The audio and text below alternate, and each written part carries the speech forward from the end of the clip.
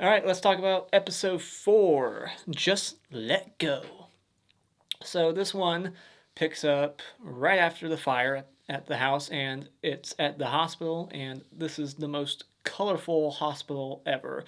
And what I mean by that is the lighting in every room is different. Like they use so many different colored lights in every section of this hospital.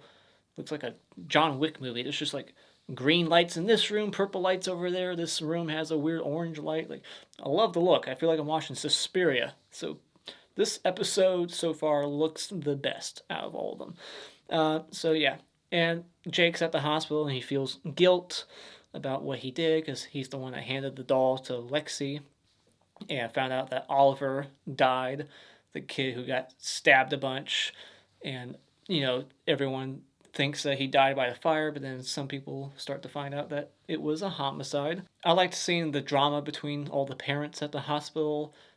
Junior's dad going off on the mayor, the mom of Lexi, who is a total bitch herself. So you see where Lexi gets it from because she even she throws the cops kid under the bus too. Like, look at Devin, he's a freak and he likes that crime shit. And like, what's that have to do with anything? Like, it's your fault. Like, you left your kid alone in the house. So it's like she won't take responsibility for anything. But I just thought that was really bitchy for her to throw in this cop's kid into it. Like, it was somehow his fault too and not hers. Like, she's such a bitch and you want her to die just like her daughter. This episode makes a mistake that a lot of movies do, or just a goof. It's just distracting because you're just wondering, like, how's that picture even possible?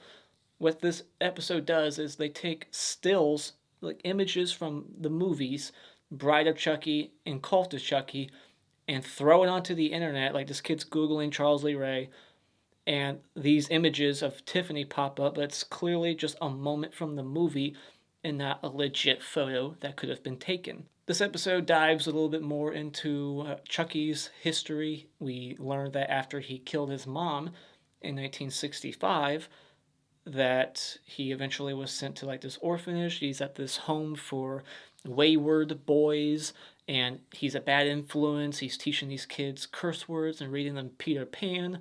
This janitor gives him shit for tracking mud into the place as he's cleaning, and then we see later that he kills the janitor, slits his throat. You can see that his pulses moving. Like he's clearly still alive and breathing. That's in a lot of movies too. They always have that there. Like Friday the 13th Part 5, that chick's throat is slit. You can tell she's still alive and breathing. You can see the pulsing in the neck. But he removed the janitor's hand and made him Captain Hook.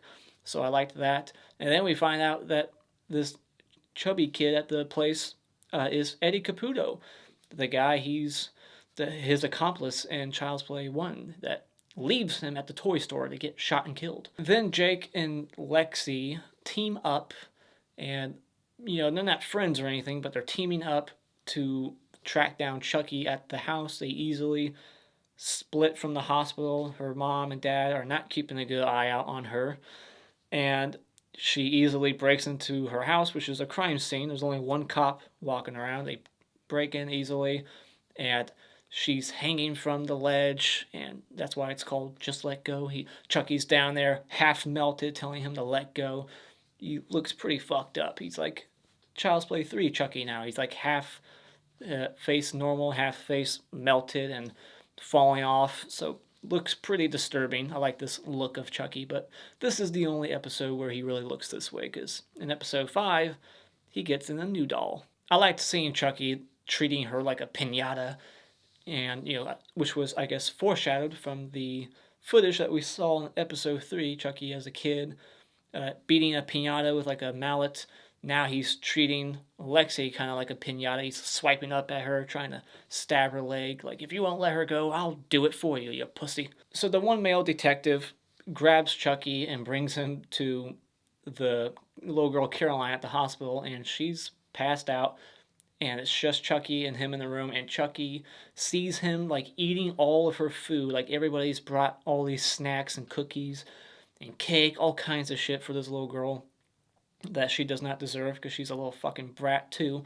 But he's eating like all her food, just being a dick, because everybody in this TV series, I've noticed this, has to be an asshole before they die. Except for the maid. The maid didn't do anything. She just sprayed Chucky in the face with like Windex or some shit because he had like a blood stain on his face. But it seems like they're purposely making everybody an asshole before they die.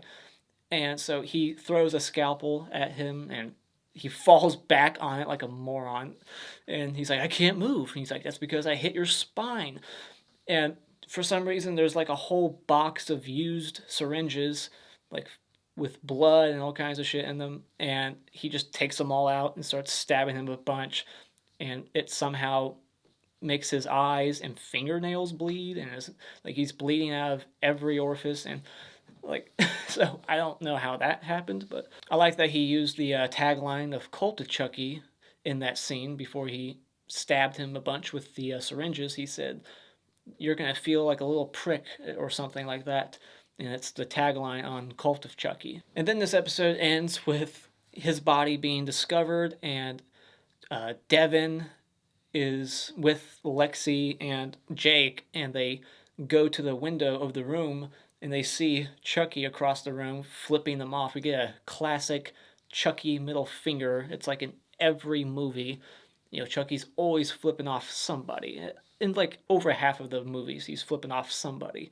So it was cool to finally get another Chucky middle finger, and he's flipping off Jake, Lexi, and Devin as like this hardcore like music kicks in, and this is probably my favorite ending so far of the series. So with that being said, this episode, I liked it, so I'll give it 3.5 out of 5 stars. I'd like it just about as much as 2 and 3, but I would probably put both of those episodes above this. This one has some cool moments, like the kill of the guy in the hospital was better than Oliver's kill. So I liked that. I liked his little one-liner there. I love hospitals. And they do that line again in episode 5. But I just didn't care for some of the moments between Jake and Lexi. It was fine. So it has some highlights for sure, but it's nowhere near the best episode. So what are your thoughts on episode 4? Let me know in the comments below. And I will see you in the next video for episode 5.